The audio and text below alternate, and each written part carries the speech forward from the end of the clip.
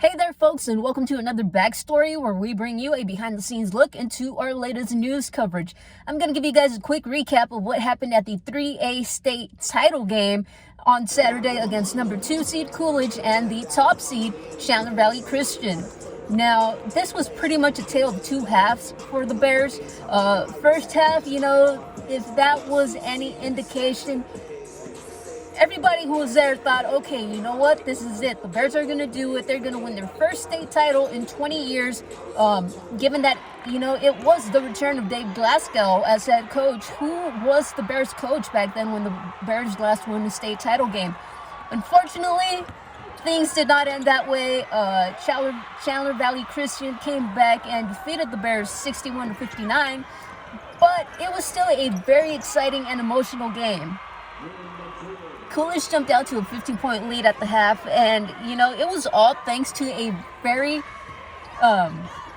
unlikely hero at that point, I guess you could say, with Belklum Namegabe, a junior who just dominated that half for the Bears. He was everywhere, all over the paint, wasn't letting the Trojans anywhere near the basket.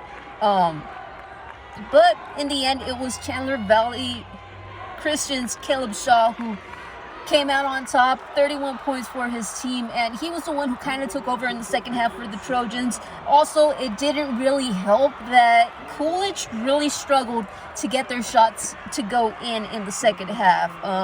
For the Trojans, it seemed like everything that could go well did for them in the second half, and Coolidge did manage to come within 3 points in the final minute. However, a costly turnover gave the ball back to the Trojans, and then Shaw made his free throws, and that pretty much was the way the game ended. I do have to point out it was a fantastic career for a few of the Coolidge seniors.